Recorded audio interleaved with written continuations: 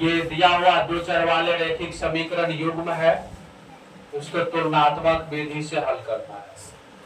किस विधि से हल करना है? तुलनात्मक विधि से। तुलनात्मक विधि से हल करने के लिए हमें इस समीकरण को एक मान लेंगे और इसको दो मान लेंगे। यहाँ लिखेंगे फ्रॉम फर्स्ट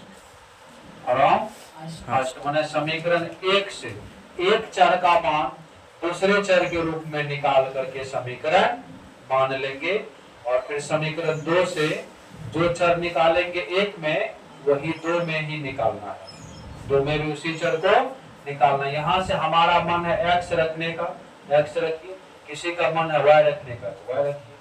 x को इधर रखेंगे, x वाला को इधर रखेंगे, 10 पहले से है, 4y इधर प्लस उधर जाएगा तो माइनस में। हमें x के रूप में निकालना है, 3 गुना उधर जाएगा तो भागा में, ये भागा में हो जाएगा। समीकरण 2 तक मान चुके हैं, ये होगा समीकरण 3।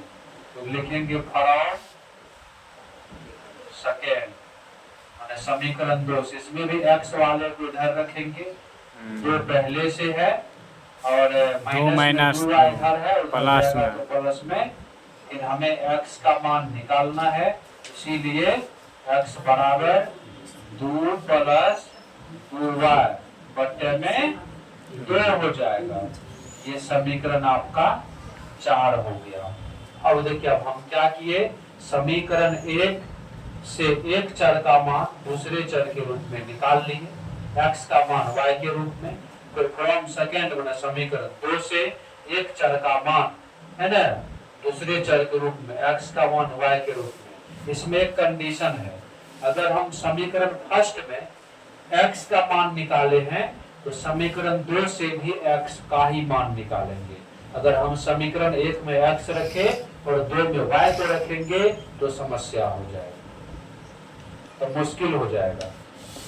अगर आपको y का रखना है तो y ही रखे, लेकिन दोनों में y, x तो दोनों में x। अब हमारा ये नया 2 समीकरण 3 और 4 आ गया है, और इसे 3-4 समीकरण में देखिए, LHS बराबर RHS, LHS बराबर RHS, x बराबर इतना है, x बराबर इतना है। दोनों में क्या नजर आ रहा है? LHS LHS के बराबर है, LHS LHS के बराबर है, तो समीकरण 3 और 4 से RHS RHS के बराबर। जब LHS बराबर RHS, LHS बराबर RHS, LHS LHS के बराबर है, तो RHS RHS के बराबर होंगे। तो यहाँ से हम लोग लिखेंगे समीकरण 1 और 2 से, 1 और 2 से, 1 और 2 से क्या करेंगे? RHS, पहला का RHS 10 minus 4y, 10 minus 4y बट्टे 3, 10 माइनस 4y बट्टे 3। उसके बाद फिर बराबर दूसरा का RHS 2 प्लस 2y बट्टे में 2। अब क्या करेंगे? इसको कोना कोनी गुना कर देंगे, क्रॉस मल्टीप्लीकेशन। 2 से गुना करेंगे, 10 दूनी 20 माइनस 4 दूनी 8y बराबर 3 दूनी 6, 3 दूनी 6y। चर वाले को एक तरफ, माइनस में 8y है इधर, ये प्लस में है, इधर लाएंगे तो माइनस में, 6 पहले से है, ये यहाँ पे बेचारा प्लस में है, उधर ले जाएंगे तो माइनस में। तो यहाँ पर आपका समान जाति है, समान चिन्ह वाला है, ये दोनों जुट जाएगा, 8 है 6, 14y हो जाएगा, यहाँ से घट के माइनस 14, इसलिए y बराबर हो जाएगा 14 बट्टे 14। कट करके y का मान 1 आ गया, ये आपका एक आंसर इसका हो गया।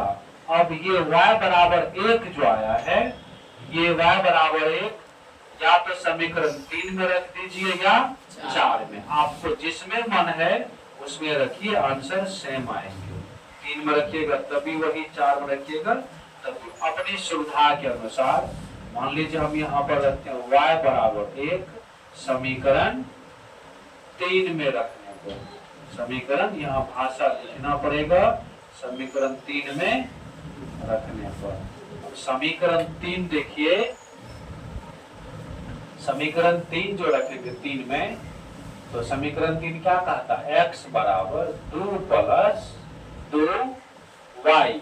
तो y का मान क्या निकाले हैं, 1 बट्टे में 2। 2 प्लस समीकरण 3 क्या है, गुण है 10 वाला ना, ये समीकरण 4 लिखा गया। समीकरण 3 लिखना है 10 माइनस 4, और y का मान 1। 4 में भी डालेंगे तो वही आएगा, और बट्टे में क्या हो जाएगा, 3। अब ठीक है, समीकरण यहाँ पे 3 लिखे, x बराबर 10 माइनस 4y, y की जगह 1 पुट कर दिए। अब इसका हम लोग हल करेंगे, 10 माइनस 4 गुना 1 बट्टे में 3 हो गया। तो यहाँ पर बट्टे में 3 हो गया, यहाँ पे इम्प्लाइज दैट दे देते हैं, 10 में से 4 गया 6, नीचा में 3, 3 का 3, 3 दूनी 6, कहने का मतलब x बराबर 2। आपका ये फाइनली आंसर जो है ये आ गया, x बराबर 2 हो गया और y बराबर 1 हो गया। यही इसका आंसर हो गया इस समीकरण का तुलना